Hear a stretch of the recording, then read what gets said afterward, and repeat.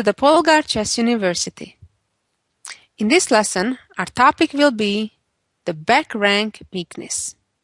It's one of the most frequent tactics that you see in tournament practice, and even very strong players, grandmasters, or even world champions once in a while lose games because they forget about that problem.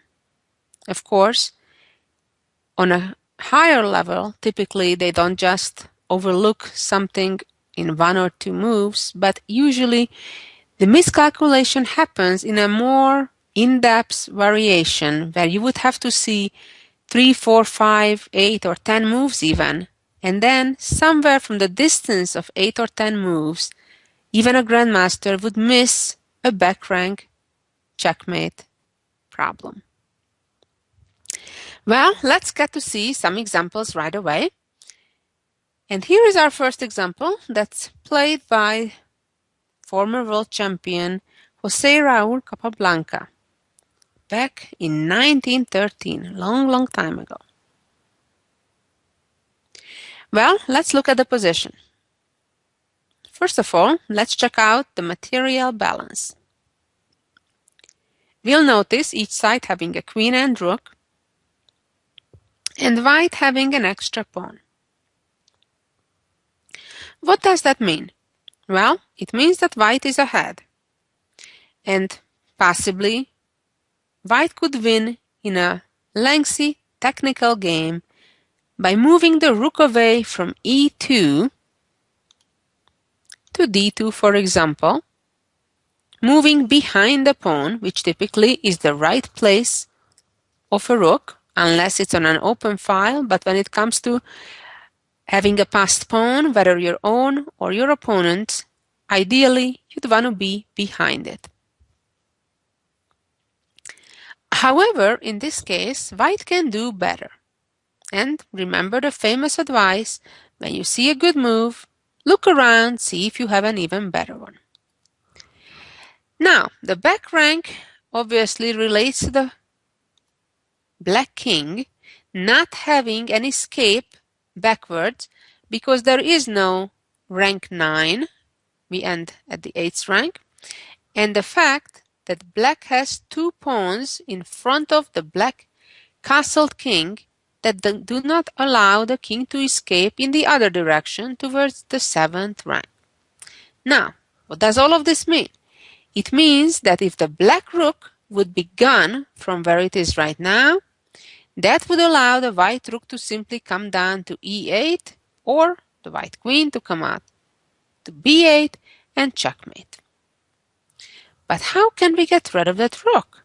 We can try to ask it nicely, please rook move away, but it will not. Our opponent ultimately is having opposite goals than we have. Our opponent is trying to beat us and not trying to help us in order for us to checkmate them. So we need to outsmart our opponent. That's our goal. So what white needs to do here is make a tricky move, but not just tricky, but a persuasive move to force the rook away from where it is. And that move is moving the queen to f7.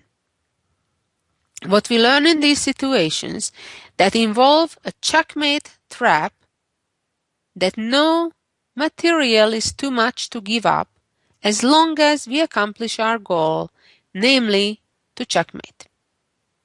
What happens here is, if rook takes queen, obviously rook e8, check, and black can only delay the checkmate by blocking rook f8, rook takes rook, and checkmate. Now, after queen f7, what happens if the black queen captures our rook on e2? Well, again, backrank checkmate, queen takes rook on f8. But black may have other moves here as well. For example, let's look at a move if the black rook runs away towards b8. Well, then, again, the white rook gets down to e8 first, check, and even though the black rook can capture the white rook, queen takes back and checkmate. Pretty simple. Again, queen f7, black has still more trickier defenses. For example, let's investigate the rook going to g8. In that case, white needs to be pretty careful.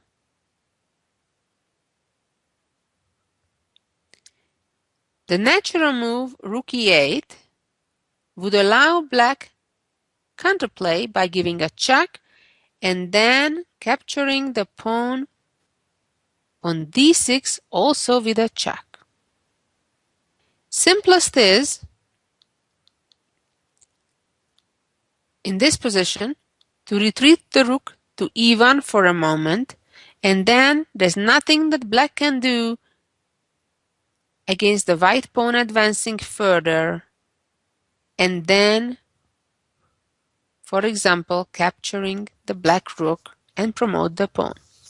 In addition, in many variations, the white rook will come down also to support the advancement or a promotion of white's d pawn. Let's go back again and see what happened in the actual game.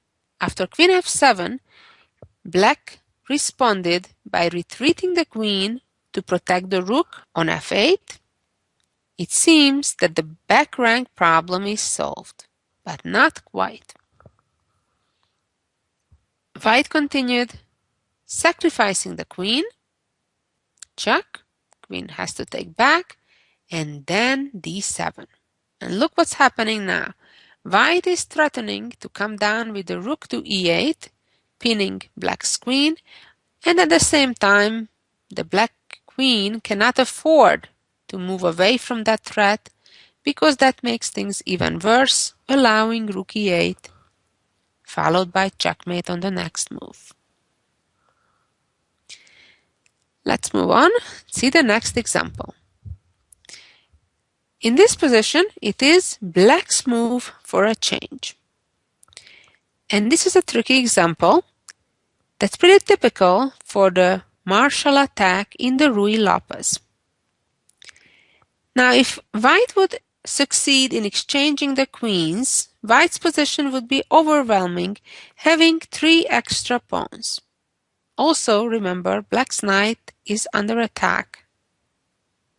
So what can black think of that can avoid the exchange of the queens? Amazingly, black has a winning combination. In fact, black can checkmate in just 4 moves.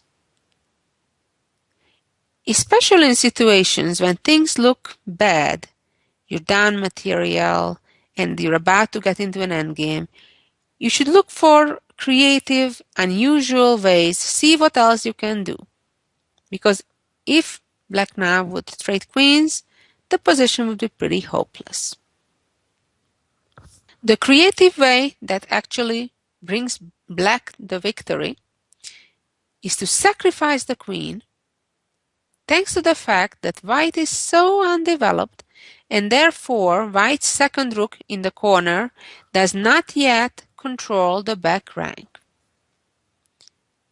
On the other hand, after rook takes queen, black is ready to come down to e1, check, only move to block the check, and black's bishop comes to h2. A beautiful corroboration among the black pieces, forcing king to the corner, and voila, here we go. Rook takes rook, checkmate. Let's move on to the next example. Here we go. In this position, it is black's turn. Let's look at the position for a moment. As of material balance, black has an extra knight. However, the black queen is hanging, and also the black rook on e6 is in a pin.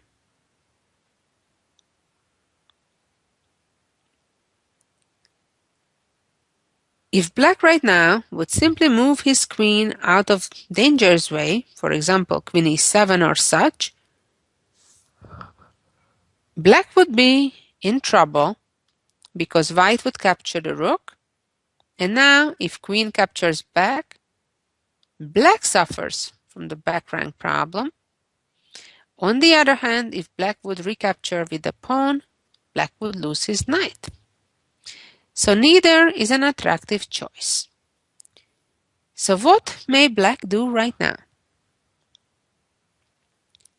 Moving the rook is not an option because the queen is hanging. And again, the important factor is to recognize that white also has a backrank problem.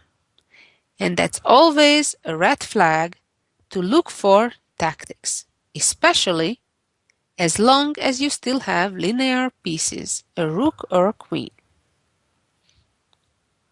In this case, black has an amazing move, sacrificing his own queen right away. But why? Where is the checkmate? Well, in this example, black brilliantly not only uses a tactic to demonstrate the backrank weakness, but combines it also with the motif of a fork. And that move is to play knight to d3. What a brilliant move! Not enough that the rook was hanging, now the knight is under attack too. However, black on one hand threatens to fork with rook e1, and on the other hand also threatens to fork with a knight to f2. What an amazingly beautiful move. And now, if queen takes knight, then here we are, backrank checkmate. Or if bishop takes rook, then the fork comes with the knight, leaving black a knight ahead. What a beautiful game by the American-Hungarian Grandmaster Capablanca.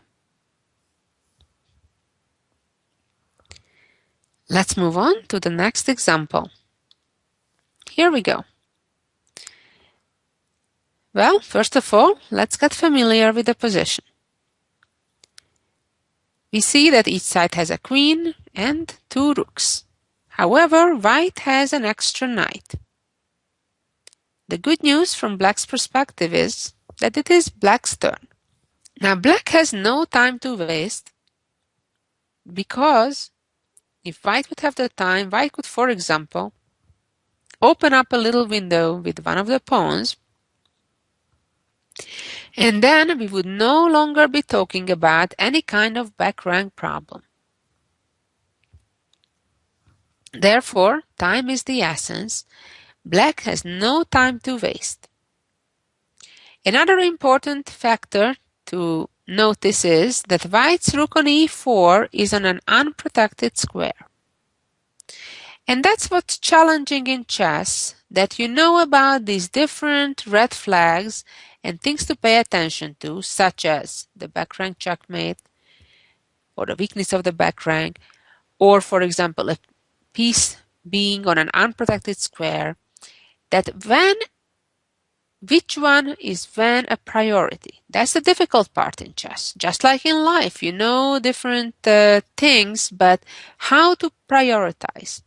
Well, unfortunately, the only way to develop this is by learning more and more patterns, whether it's through my PCU lessons or DVDs or books or your own games or other books. It doesn't matter how you get there. But in order to develop a sense, you need to see a lot of these examples until it becomes second nature. So here, the fact that the rook is on an unprotected square is not that important because black has no way to create a fork. That could be one way to use it. And to use a pin by trying to play f6 looks okay, because now if the knight moves away, the rook would be hanging on e4, but it would create a major weakness in black's position by opening the a2 g8 diagonal, allowing white to win real quick after the queen b3 check. And for example, king h8, knight f7, winning the black queen, or even checkmating pretty soon. However, in this position, Even though white has the material advantage, black can win it all back and more. Try to sit back, relax, and try to figure out what is black's brilliant move here. Again, our theme is the back rank checkmate. Now this is a serious hint that you know you need to try to use the back rank checkmate. Now the first thing to understand is that why isn't queen c1 checkmate? Well, it's not, because white is able to block the check with queen or rook e1. So in reality, what black needs to do here is to try to pull away one hand, either the queen or the rook on e4. If either of those would be positioned somewhere else without controlling the e1 square, then the same queen check on c1 would result winning the game. And therefore, the correct move right now is rook capturing the pawn on d4, an absolutely brilliant move. If queen takes rook now, queen c1, same if rook takes. Of course, white can do a bit better than that, but nevertheless, black not only won the pawn on d4, but will win the knight as well. For example, after queen e1, the correct move is rook a4 and rook a4, and then capturing with rook or queen the knight on e5. And now black is up a pawn compared to a couple of moves ago, white being up a knight. After rook d4, if white's response would be queen c3, then black can, for example, check, trade rooks, and then again capture the black knight on e5. An absolutely brilliant example. Let's move on to our next example, where again the black king is getting in trouble because it's at the edge of the board. It's true that black does not have 2 or 3 pawns in front of the king limiting its way. However, white has a bishop taking that job over, not letting the black king escape in either direction. Now the only question is, how can white translate their attack to an actual win? Of course, if you look at the material, black is the one up a pawn, and on top of it, the white rook is under attack. So it seems that white needs to react to that. However, always remember, when your opponent attacks you or one of your pieces, it does not necessarily mean that you need to move that piece or that you need to go on the defense. Just like in this example, you can ignore that threat as long as you can calculate a forceful way to keep your opponent busy and win the game. In fact, white has 2 ways to win. I'll show you the fancier one and let you try to figure out the other one on your own. The brilliant way to win is to sacrifice the queen, then get our rook down to d8, which is not checkmate yet, because the rook can block, and then a second sacrifice, absolutely brilliant, rook g8. King takes, and voila! Thanks to the black rook being misplaced where it is, black is in checkmate. Let's move on. Here we go. Okay, let's look at this position for a moment. Where do we stand? Well, each side has a queen. There are rooks on the queen side, although black has a second rook, which white does not have. Each side has a bishop, and white has an extra knight. So, that means black is an exchange up and also an extra pawn. So black is up by 3 points. However, The black queen is being attacked, and so is black's rook on b8. Would a move like rook c8 solve the problem?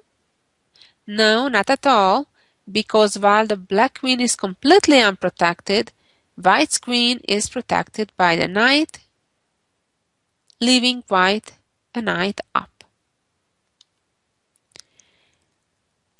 How would it look if the queen would capture on a3?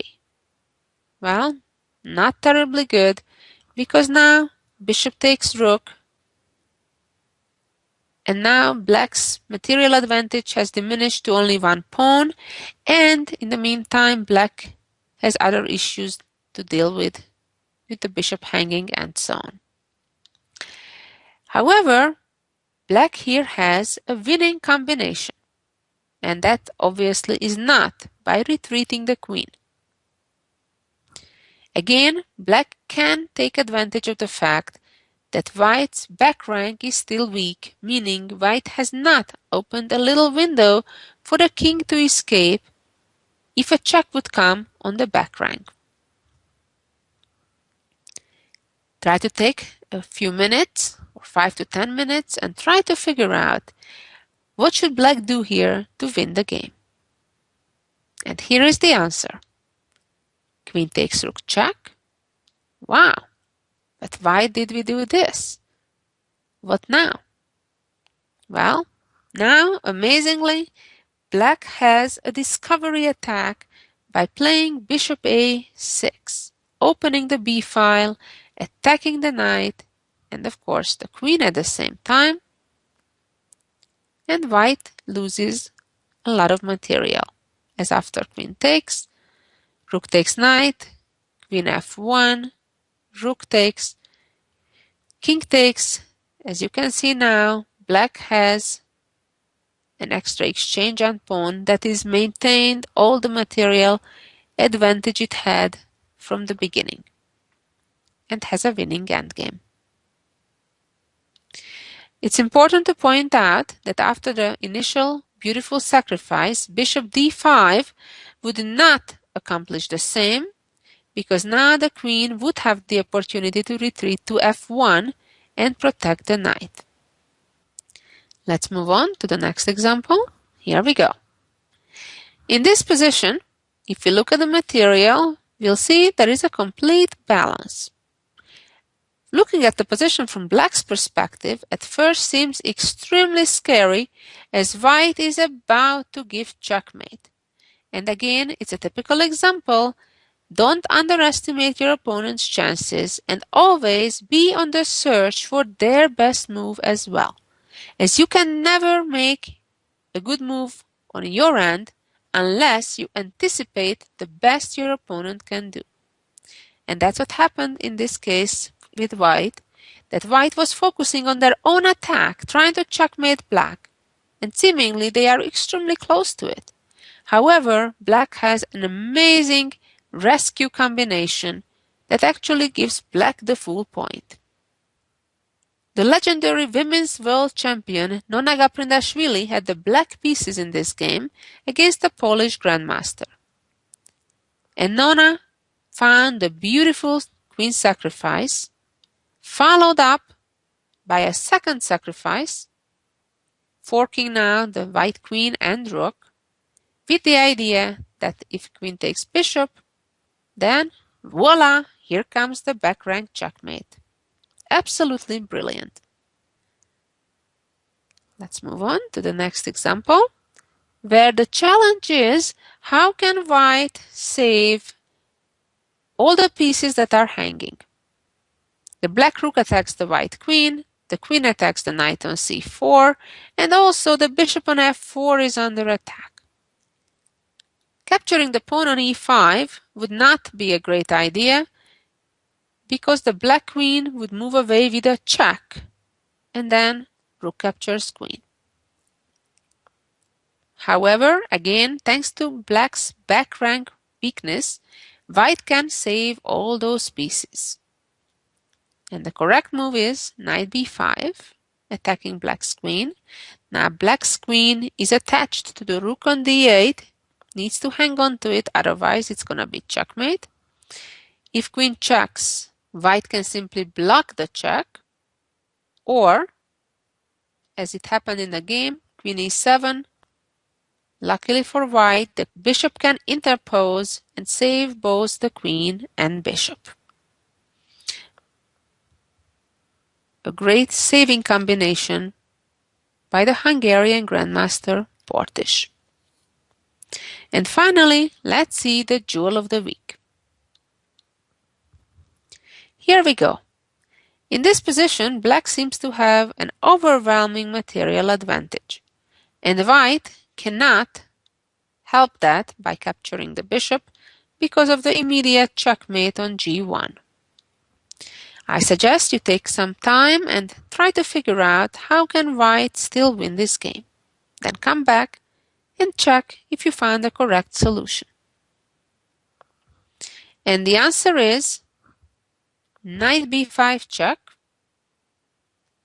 king b7, queen c7 check, king a6, and now queen takes bishop, forcing the black king to b5, and the beautiful epaulette mate ends the game. Hope you enjoyed this beautiful endgame, and of course, learned some new ideas about the backrank checkmate. Thank you for listening, and so long until next week.